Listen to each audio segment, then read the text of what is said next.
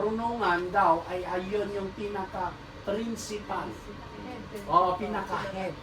Pinaka-prime na bagay. Kaya, pag nag-pray tayo, tignan nyo, sino yung Bible character na nag-pray na binigyan ng Panginoon ng great wisdom? Sino? Sino ba yun? Si Iglapis? Danya. Si Benihin?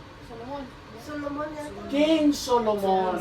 Diba? Sabi ng Panginoon, nag-dream siya dahil nagagamit pa yung dream that time, di ba? But until now naman, ginagamit pa rin ng Panginoon yung mga dreams. Nag-dream siya na, anong gusto mo? Sabi niya, bigyan mo ako ng wisdom. Hindi hinangad ni King Solomon ng yaman o kaya karangyaan, or power, prestige, kundi yung wisdom. Sabi ng Panginoon, bibigyan kita ng wisdom plus this thing. Kaya pinakamadunong na nilalang si King Solomon. Aside from kay Adam, kasi si Adam siya yung nagpangalan lahat ng mga nilalang din ng Panginoon, pero iba rin yung kay Solomon. Lahat ng kaya napakapalad ng mga tao na nakarinig ng kanyang wisdom. Kasi talagang napaka blessed ng mga taong yon. Kaya nga maski nga reyna ng Ethiopia ay talagang dumayo siya para lang makinig sa wisdom ng ni Haring Solomon. Yeah, kaya lang yun sa wisdom niya, sumobra naman yung wisdom sa babae kasi mayroon siyang 700 na asawa at 300 na concubines. 1,000. Yung isang taon, 365 days lang. Talagang hindi na niya. Kaya lang hindi natin alam dahil wisdom nga, may sobra yung wisdom niya, pero hindi na natin na yun. Isasama sa topic natin tonight. Amen? Purihin ang ating Panginoon. Ay ganun din sa Proverbs 10:11. Ito yung ginamit ko dun sa kaarawan nila paring Ray at Sister Amy. Ano yung Proverbs 9:11? No. Through wisdom, sabi niya, shall be multiplied by the years of thy life shall be see? increased. Huwag daw tayong tawag nito, maski na araw-araw ka sa gym, kung wala kang wisdom, hindi rin magiging long yung day mo at ma-add ng years ang buhay mo. Kung wala kang wisdom. Amen? Dahil sabi doon na through wisdom your days will be many. Multiply another and years will be added to your life. See? Kaya napaka-importante ng wisdom, mga kapatid. At uulitin ko, makukuha lamang yung wisdom na yan through sa fear natin sa ating Panginoon. Amen? Kung magkaroon tayo ng fear, yung reverential fear sa Panginoon, magkakaroon tayo ng wisdom. Amen? Purihin ang ating Panginoon. And then, number 4, ano yung number 4? Sabi ni Pastor, refuse unequally yoke. Doon sa 2 Corinthians 6:14. Anong sabi niya doon? Dapat ito ang narinig ni Sister Anne-Marie. Wag makipamato.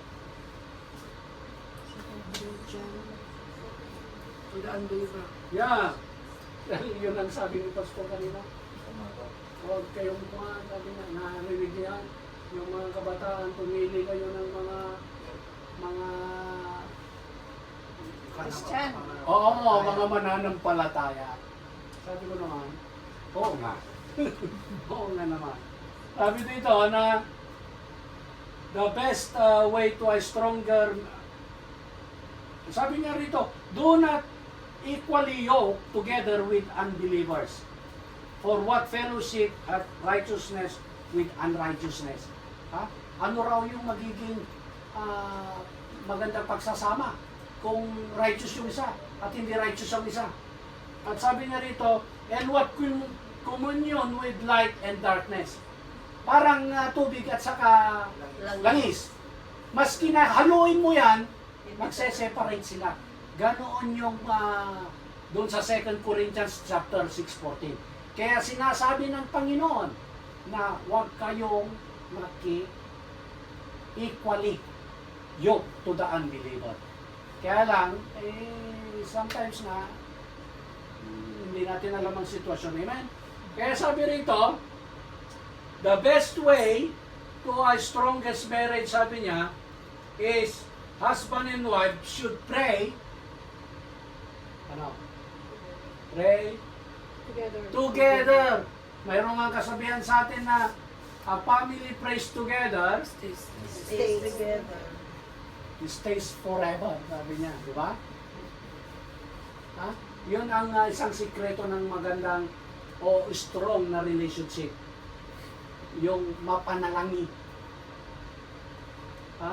Kung sakat lang tayo manalangin kung na-corner na tayo, pwede pa rin marinig yun ng Panginoon, kaya lang, nagsuffer ka na. Di ba? Ilang gabi ka nang hindi nakatulog, suffer na yun. Di ba? Kaya, mag-pray tayo, mga kapatid.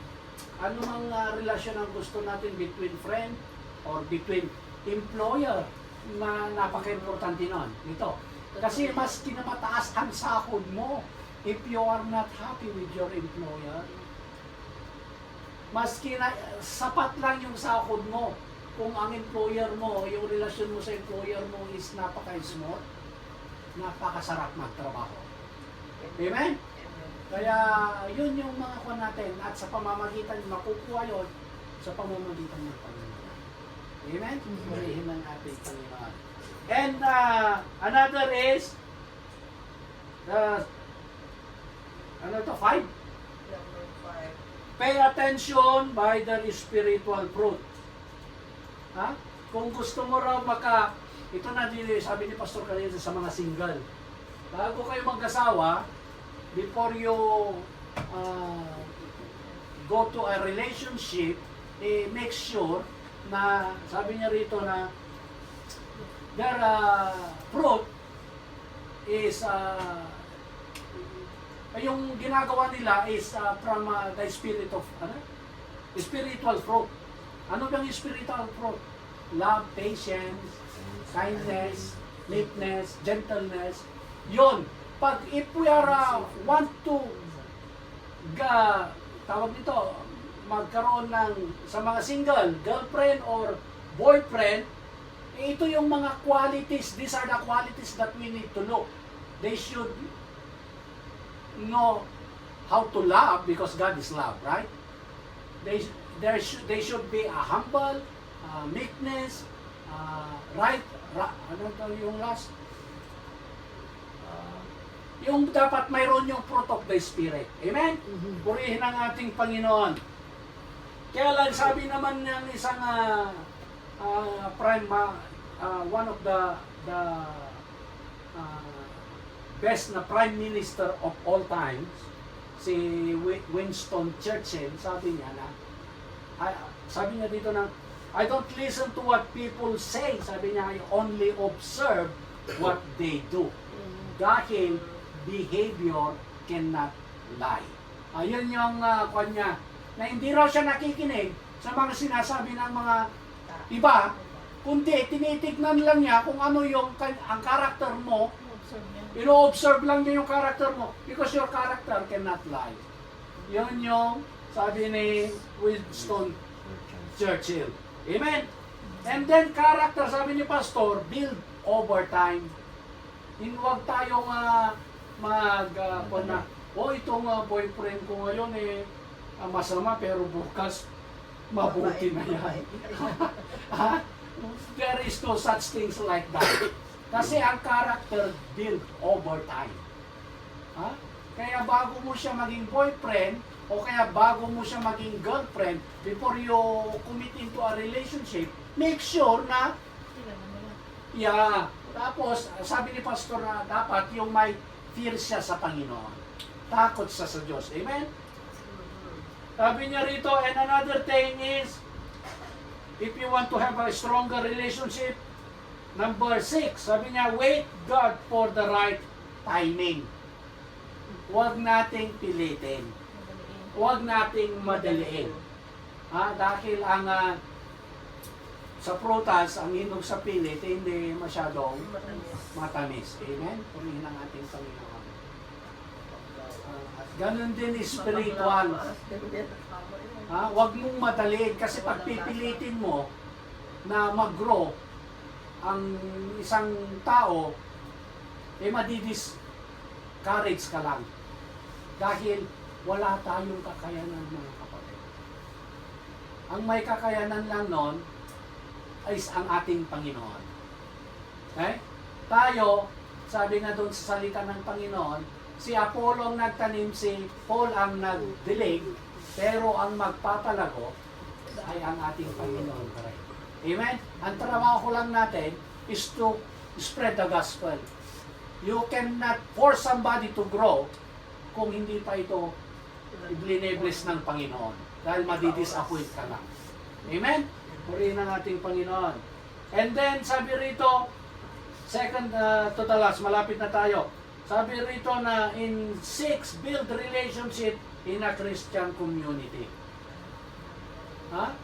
Maganda na makipagkaibigan, kung kaibigan man yan, sa mga mananampalataya. Kasi ang mga mananampalataya, mga kapatid, marami na tayong naririnig na ganyan. Na pag hindi mananampalataya yung circle mo, talagang mawiwin ka nila. Pero pag mananampalataya ang mga group mo, talagang lalago ka rin spiritually. Amen? Sabi nga doon na doon binasa natin kanina na do not yoke to equally to the unbeliever. Amen? Para hindi tayo mapasama. And lastly, ito sabi niya, remember God's purpose for marriage. Marriage is not merely happiness, but holiness. Sa isang relasyon, hindi lang yung hinahanapin mo yung kasiyahan. Maski naman sa hirap at ginawa, dapat kasama mo siya. Di ba? Ganon din sa mag-asawa. Through sickness and health, through thick or thin, dapat nandoon yung pagmamahalan. Amen? Ganon din sa magkaibigan. Ang magkaibigan nagtutulungan. Amen? Purihin ang ating Panginoon. And then sabi rito sa last is, faith is strengthened. God is someone whom you glorify.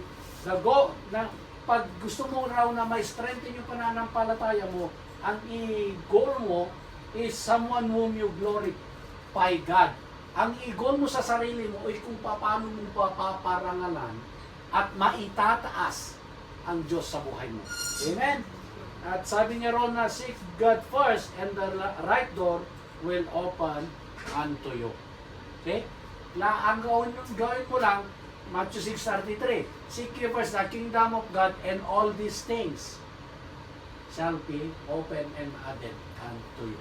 I hope na mayroon tayong natutunan sa lesson natin po. Amen? Yung 7 ways how to have a stronger relationship. Mayroon po ba tayong mga questions sa pinag-aralan natin? Mayroon ba tayong clarification? Addition? Okay, kung wala, tayo ay magpasalamat na sa ating Panginoon. Tayo ay umawit ng papuri again. At yung closing prayer, mga kapatid, is again volunteer. Amen? Para walang pressure. Okay, tayo ay magpasalamat muli sa ating Panginoon. Ating awitin yung awitin ni Brother Alex. Tinatin natin banal mong tahanan.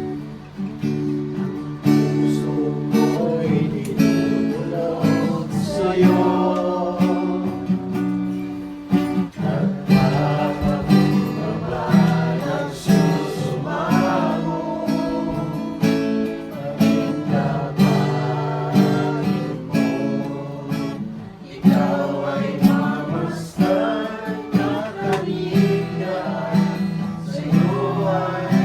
Me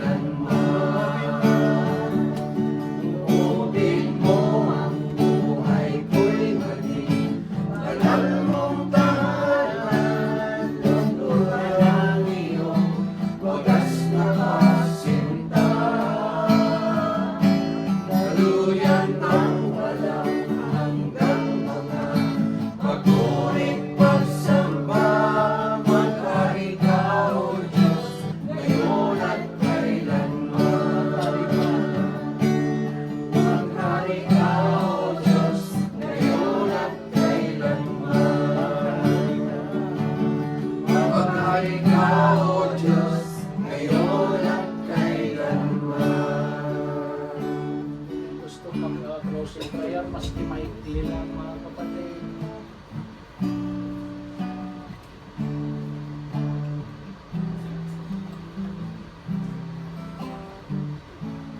Yes, hallelujah, Lord. Lord, we thank you. Salamat po, Panginoon, sa mga oras na ito, Panginoon, sa inyong presensya, Lord. Maraming salamat po, Panginoon. Nandito po kayo sa amin ngayon. Lord, salamat po lahat ng mga biyayang pinagbibigyan niyo po sa amin, Lord. Lord, forgive us our sins, Father God. Patawarin niyo po kami sa aming mga kasalanan na hindi na namin po sinasadya, Lord. Alam niyo po kung ano po yung laman ng aming mga puso, Panginoon. Lord, yung mga desire ng each and every one for us, Father God, let there be done, Father God. Alam po namin, Lord, na ipagbibigay niyo po sa amin as long as we desire to, God. As long as we serve you, Father God. As long as we wait for you, Father God. Lord, maraming salamat po, Panginoon. Lord, dinadasal po namin, Panginoon, na sa alman po yung aming mga kasamahan na hindi ko nakarating ngayon. Sana po, sa next na susunod po, ay makakarating na po sila sa amin, Lord. Kasama po namin sa inyo sa paglilingkod at pag-aaral sa mga Biblia, Panginoon. Lord, we thank you, Lord, for everything that you have done, the blessings that you have given us, Father God. We know, Father God, you always have a blessing for us, Father God. Lord, as the month is ending, Father God, there is the June coming, Father God. Salamat po sa June month, Father God, na alam po namin na maraming blessings, Panginoon. Lahat po ng mga desires at prayers ng aming mga puso ay inyo po ipagkakaloob, Panginoon. Lord, maraming salamat po sa church namin, Panginoon, ang Jesus Christ Live Ministry, Panginoon. Lord, sana i-bless niyo po, Panginoon, ang mga members ng church na yun, Father God, na sana po marami pa pong souls na mahikayat na mag-serve po sa inyo doon, Panginoon. Sa inyo pong salita, Panginoon, kami ay nananampalataya, Panginoon, na mangyayari pong lahat ng ito, Panginoon. In Jesus' name, I pray. Loobin mo ang buhay ko'y maging banal mong tahanan, lulugan ng iyong wagas na pagsinta. Daluyan ng walang hanggang mga pagurit pagsamba, maghari ka, O Diyos, ngayon at kailanman. Maghari ka, O Diyos, ngayon at kailanman. Maghari ka, O Diyos, ngayon at kailanman. Yes, hallelujah. Pagharian mo, Diyos, ang lahat ng iyong mga anak na nandito tonight. Ngayon at kailanman, Panginoon. Salamat, Panginoon, ng marami, O God, sa victory, Lord, na tinagkaroon mo sa amin tonight, O hallelujah. Aming dalangin, O Diyos, na nawa, Panginoon. Patuloy, Panginoon, na Ikaw, Panginoon, ang maglayo sa amin sa anumang sakit at kapahamakan, Panginoon. Patuloy, Panginoon, na Ikaw, Panginoon, ang mag-cover sa amin, Panginoon, sa next na naman po na week, O hallelujah. At sa aming pansamantalang paghihiwalay, Panginoon, pagpalain mo po ang bawat isa sa amin, O God. Dalhin mo po, Lord, ang aming pagyapak ng ligtas at payapa sa aming mga uwian, O God. Sa aming pagbibiyahe, let your traveling mercy be upon us, O hallelujah. Lord, itinatas din po namin, Panginoon, ang aming pagsasaluhan tonight, O God. Bless this food, sanctify it with your precious blood, at magsilbing nawa itong kalakasan at kagalingan, Panginoon, ng aming physical na katawan, O God. Balik mo, Panginoon, sa mga kapatid na nag-prepare ng 100-fold, O hallelujah. At ang sinasabi ko sa isa, ay sinasabi ko sa lahat, ng pag-ibig ng Diyos at ang biyaya ng ating Panginoong Jesucristo at ang pakipipisan ng banal na Espiritu ay mapa sa ating lahat ngayon at magpakailanman. At ang lahat ng anak ng Diyos ay magsabi ng Amen.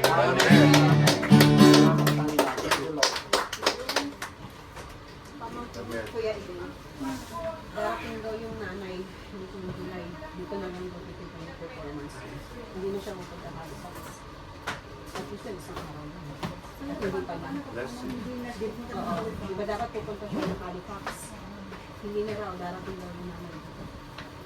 Oo, saan din siya kailangan? Hindi, kailangan. Pupunta siya rito. Dito siya pupunta yung performance niya. Palilinis yung bahay ng amo ko. Dito na dito. Yes, okay lang yun. Kasi hindi mo kailangan mag-isalahan. Oo, diba? Tapos isang araw lang. Diba? Mas maganda yun. Bilawan mo lang. Kain na, dito. Kain na, kain na, kain na. Kain na. Kain sa ng gas. Okay. Nandun na sa Halifax. Pwede na pa. As forgiveness, sabi nga doon na pag nagkasala ka, huwag mo nang hintayin na lubugan ito ng araw. Kaya if you commit sin, any kind of sin, anything that is against the will of God, you need to ask forgiveness right away.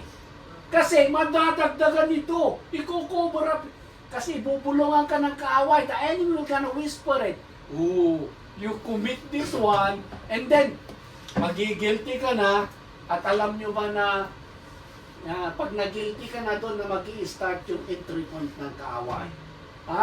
Yung guilt feeling. Doon na, papasok na hanggang sa lumaki na yung napakaliit mo na kasalanan because of him. Kaya, pag nagkasala tayo, huwag tayong mag-cover, kundi kagaya nila Eva at saka Adan. Nung nag-disobey sila, nagtago sila. Gumawa sila ng pangtakip. O kaya na hinanap siya. Alam ng Panginoon kung nasaan sila. Kaya lang, God is waiting for them to ask forgiveness, to repent. Pero instead na mag-repent sila, nag-hid sila. Nagtago din na dagdagan yung kasalanan. Hanggang dumadami na yung kasalanan, alam natin ang kasalanan ay kabayaran ng kamatayan. The wages of sin is death. Alam natin yan. At kaya, nagtatanong tayo, bakit good people die young? Hindi yun yung reason na, may mga reason na bakit yung mabuting tao, kinukuha kaagad ng Panginoon at their young age, para hindi na sila mag-suffer. Kasi, mayroon silang mas malaki na hinaharap na bad things. Kaya instead of magsasuffer itong mga tao na, kaya lang minsan parang bakit namatay ito yung may sinaksak sa amin, bakit yung napakabaitan namatay, bakit hindi ikaw na masama? Kasi nga may plano ang Panginoon. Kaya yun yung hindi naman yung ang pinag-uusapan dito mga kapatid, hindi yung length ng year na ibinuhay natin, kundi yung life na ibinuhay natin doon sa year na pinagkaloob ng Panginoon. Maski na nga na napakahaba ng taon mo, let's say, yung iba nga, nananalangin na, Lord, bakit hindi mo pa kukunin? Kasi nga, they're suffering. Right? Yung mga iba naman, batang-bata pa, tinuan na, ang mapapalad yung si Enoch at saka si Elijah na hindi nakaranas ng physical death. Dahil kung naisin ng Panginoon, pwede naman that's why we need to wait for the rapture. Kasi malay natin, baka hindi na tayo pagdating ng Panginoon dahil nga pasama yung sitwasyon, parami na ng parami yung sin, at pag marami na yung sin at ang wages ng sin ay kamatayan, di parami na rin ng parami yung kamatayan. Malay natin, baka malapit nang dumating ang ating Panginoon. That's why we need to be ready. Yun lang yung kailangan natin. Hindi tayo kagaya ng 5 foolish virgin na pa-relax sila nung nawalan na sila ng gas. Kumatok sila doon sa 5 good virgin. Sabi niya, nabigyan nyo naman kami ng gas. Wala na yung gasera namin. Wala. Tama lang para sa amin ito. Kung gusto nyo, bumili kayo. Nung umalis sila, dumating yung groom. Nang dumating yung groom, pumasok na sa room, sinara na yung door. Nung dumating yung 5 foolish virgin, nagnanak sila ngayon. Panginoon, buksan mo kami. Anong sabi ng Panginoon? Umalis kayo dahil hindi ko kayo kilala. See? Kaya tayo ay dapat always ready sa pamamagitan ng pagsisik sa Kingdom of God. Ano na nga ba yung pagsisik sa Kingdom of God? Dalawa. Through prayer and reading the Word of God. That's the only way we can seek the Kingdom of God. Through prayer and reading His Word. Amen? Purihin ang ating Panginoon. Sige, dahil natin natututunan. And then sabi niya doon, in Genesis 7, the eyes of them both opened and they knew that they were naked and they saw fig tree together and made themselves a prod. Okay? Nagtago na sila. Ganun ang kasalanan. Ang kasalanan, wala kang... Kaya sila nagtago dahil nagigilty. Dahil nag-disobey. Sino yung nakasubok na mayroong guilt feeling? Yung may nagawa kang against doon sa rules. Magigil. Magigil. May example ako. Nagnakaw ako ng cleaning, it's pang bleach dun sa Oh. trabaho ko. Kasi ang dami naman nun, dumating yung supply. Sabi ko, isa lang naman ang kukunin ko. Kasi maganda yung quality nun. Wala ka mabibili sa labas. Sabi ko, Lord, ang dami naman ito, manghingi lang ako ng isa.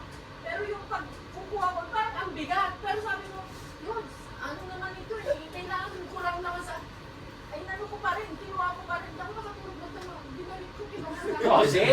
That's the guilt feeling. That's the covering. Ha? Buti at naibalik yun. Pinahirapan pang sarili. Oh, dahil kung hindi, yung guilt na yon, talagang hindi lang that night. The following night, hindi ka rin niya patutulugin. Then the following night, hanggang hindi ka nagre-repent. Amen? Purihin ng ating Panginoon. That's the guilt feeling. And then sa 8, sabi niya rito, and they heard the voice of the Lord. Maski na rin naririnig natin ang salita ng Panginoon, nababasa natin, naririnig natin ang boses ng ating Panginoon, talagang ayaw pa rin nating tumalima. Ha? Maski na paalala ng Panginoon dahil yun nga, sabi ni Sister Vivian na nagigilty siya at binalik niya. Ha?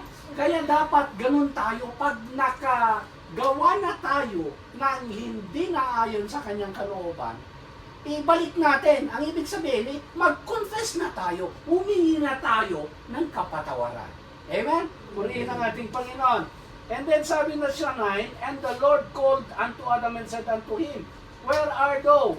Sabi niya, nasaan kayo? Pero alam ng Panginoon yun. Hinihintay lang ng Diyos na kung tayo ay nagkamali, hindi ka naman niya hindi ka naman niya pupwersahin na magrepente. Hihintayin ka ng Panginoon. Ha? Nasaan ka na, anak? Kaya, bago mais yung burden natin sa ating feelings, kailangan nating humingi ng kapatawaran. Dahil doon lang talaga tayo mapapalaya. Amen? Kasi sabi niya sa 1 John chapter 1, verse 9, if you confess your sin, He is faithful and just to forgive your sins and cleanse all unrighteousness. See? Pag nag-confess tayo, palalayain tayo ng Panginoon at pakakalinisin tayo sa lahat ng ating mga nagawa kasalanan. At ang may maganda pa sa Panginoon, pag tayo ay nag-confess at ikukuhan ka ng kaaway, uy, ginawa mo naman ito nung nakaraan eh. Kagaya ni Sister Vivian, ibinalik niya, at sasabihin ng Panginoon, Lord, patawarin mo ako sa aking kasalanan. If you confess, ang Panginoon, I'll forgive. I forget your sin. No more, sabi ko doon. Hindi na maalala ng Panginoon. Pag humingi ka ng kapatawaran, gaano man ito kalaki. Pag hiningi mo ito ng tao sa iyong puso, hindi na yun maalala ng Panginoon. Amen? Purihin ang ating Panginoon. Kaya wag na tayong, pag nakagawa tayo ng kasalanan mga kapatid, wag na nating hintayin na lubugan tayo ng araw. Ang ibig sabihin nun, wag na nating patagalin. The soonest possible time, humingi na tayo kagad ng kapatawaran. Amen? Purihin ang ating Panginoon. And in 10, sabi niya, and he said, I heard thy voice in the garden, I was afraid because I was naked. Parang sinasabi natin na, Panginoon, nagigilty ako dahil nagkasala ako sa iyo. Amen? Kaya kailangan natin noon, humingi ng kapatawaran. Purihin ang Panginoon. At ito yung pag-aaralan natin. Ito yung bago kasi itong introduction is ilang weeks na natin pinag-aaralan, di ba?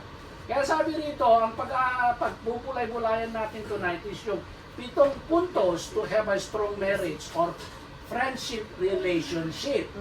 Ha? Kaya lang, bago mo magawa yon, anong sabi niya sabi ni Pastor? Anong sabi niya? 1, doon sa Matthew 6:33. Anong yung sino makaka-recite? Seek ye first the kingdom of God and His righteousness, and all these things shall be added.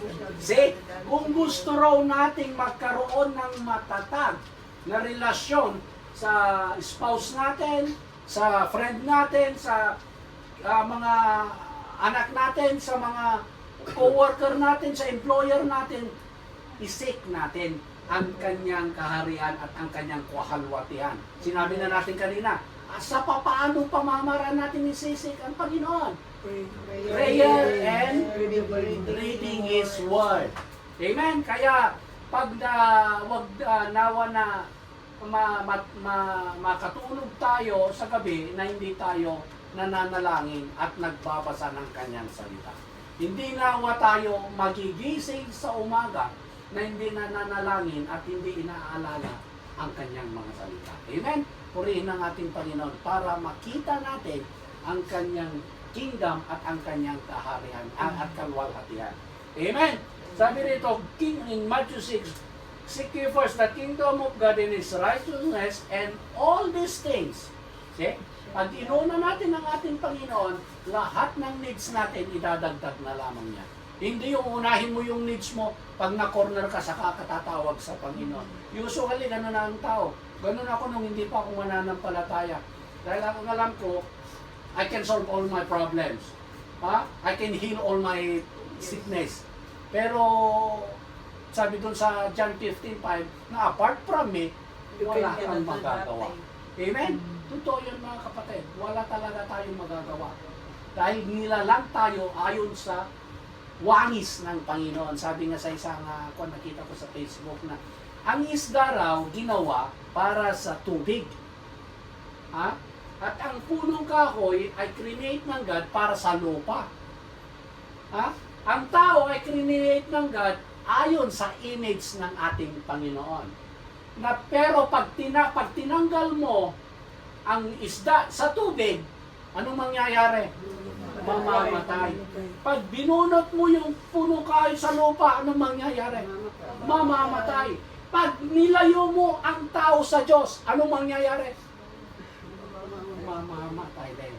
That's why apart from God, we cannot do anything. Mamamatay ang espiritu natin. Amen? Purihin ang ating Panginoon. I hope na nasusunod niyo ako. Ask yourself this question, sabi ni Pastor. If you really seeking God, everything should be aligned. See? Pag tayo raw ay talagang nagsisik sa Panginoon, yung ways natin ay talagang may align doon sa kalooban ng ating Panginoon. Kasi habang tumatagal tayo sa pag-usap sa ating Panginoon through prayer and reading His Word at pakikinig sa kanyang mga salita through reading His Word, talagang may a-align yung buhay natin, yung sa niyang kalooban. Amen?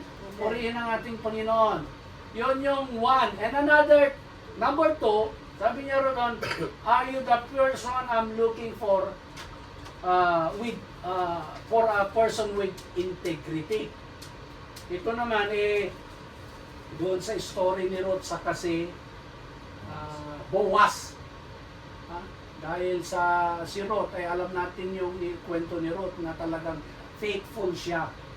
Na nung namatay yung mga asawa nila ni yung may isa, Mara? Yung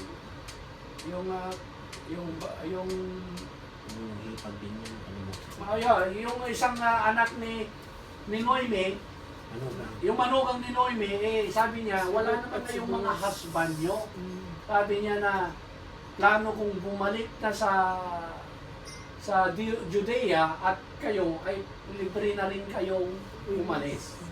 Dahil pag ganoon yung pag namatay na yung asawa mo, is free ka na doon sa law ng dahil nga pag may asawa ka at gumawa ka ng kasalanan na against doon sa asawa mo, i-stoning ka na ang kang kamamatay. Saka ka lang ma-free kung patay na yung asawa. Nung patay na yung asawa nila Ruth at saka yung kanyang hipag, free na sila. Pero dahil sa faithfulness nitong Ruth, yung hipag niya, umuwi na. Orpa. Oo. Umuwi na sa Moab. Pero itong si Ruth, sabi ni Ruth kay Noemi, kung saan ka doon ako. Kung sino yung Diyos mo, yun ang Diyos ko. Dahil faithful siya, kaya pinagpala siya ng Panginoon. Ha? Because of her integrity. Anong ginawa ng Panginoon? Pag gumawa ng way ang Panginoon, to meet Boaz. Hindi ito aksidente. Dahil ito yung kalooban ng ating Panginoon. Dahil because of faithfulness ni Ruth. Alam nyo ba na, alam nyo na yung kwento dahil na nung nagparty na sila dahil pagkatapos na ng harvest, mayroong celebration. Parang sa Mountain Province, ang tawag siguro ng parang Kanyaw, Grand Kanyaw. Yung mga iba, di celebration, inuman. Nung medyo tinawa na itong si Boaz, di pumunta na siya sa kanyang tent. At sabi naman ni Noemi, na pumunta ka doon, sabi niya, at alam mo na yung gagawin mo.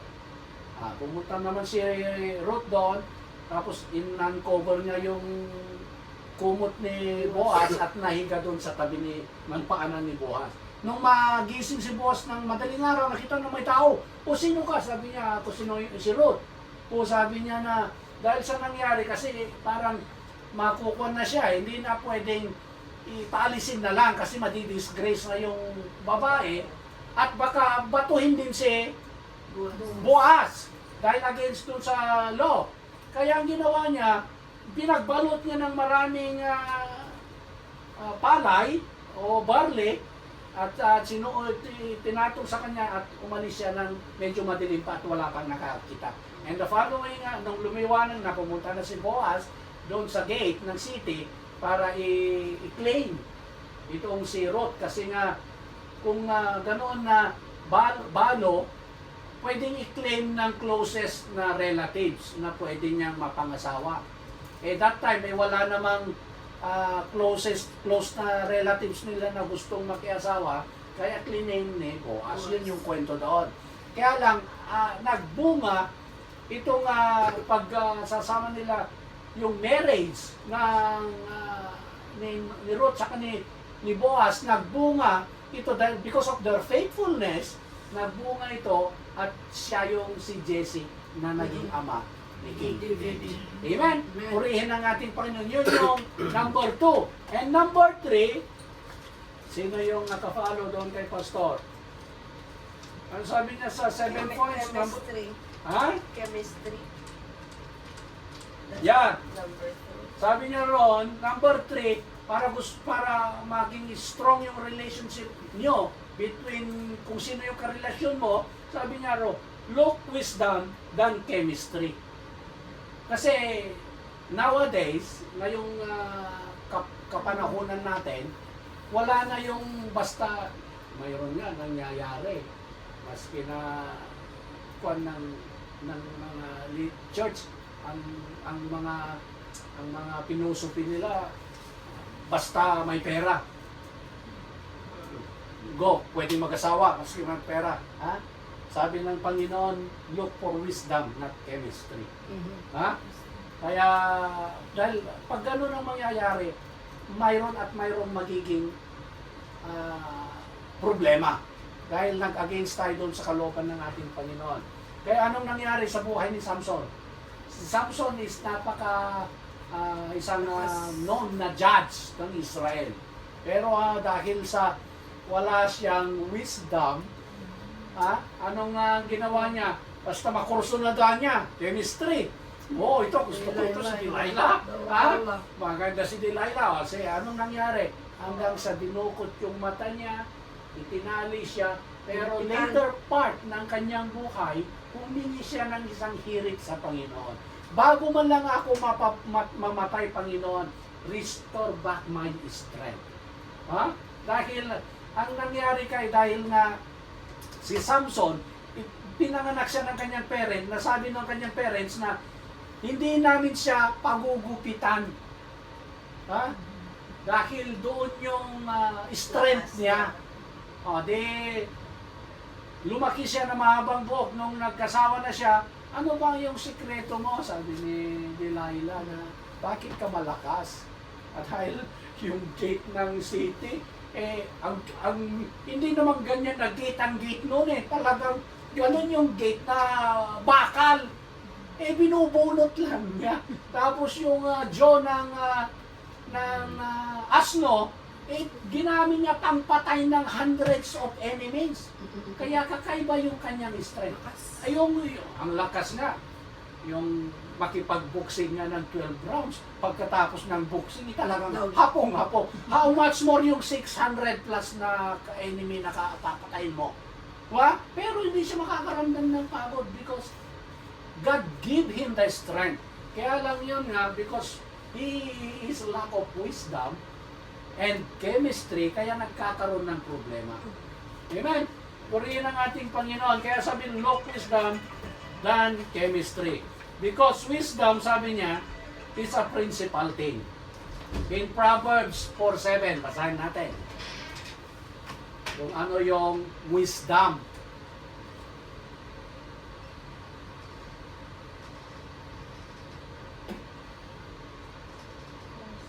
Yeah, Proverbs 4:7. Wisdom is the principal thing, therefore get wisdom, and with all thy getting get understanding. Say, purihin ang ating Panginoon. Pinakasentro sa lahat ng bagay, yung wisdom, mga kapatid. At saan natin makukuha ang wisdom? Through fear sa ating Panginoon. Fear of the Lord. Because fear of the Lord is the beginning of Knowledge and wisdom. wisdom. Ang wisdom doon sa binasa ni Sister Rami, doon sa Proverbs 4:7, sabi niya, wisdom is the central thing. Ito yung sentro. Dahil maski na maraming kang pera, malaki yung sahod mo, malaki yung minana mo, malaki yung mayroon ka, if you don't have to wisdom to hold it or to run into a business, maski na kung may business ka, if you lack wisdom, walang mangyayari. Amen? Kaya, wisdom is the central thing. Sabi niya doon, therefore get wisdom, and with all thy gettings, get understanding. At magkakaroon ka pa ng mga tinding pang-unawa. Amen? Purihin ang ating Panginoon. Sabi niya sa Tagalog, karunungan ay pinakapangulong bagay. See?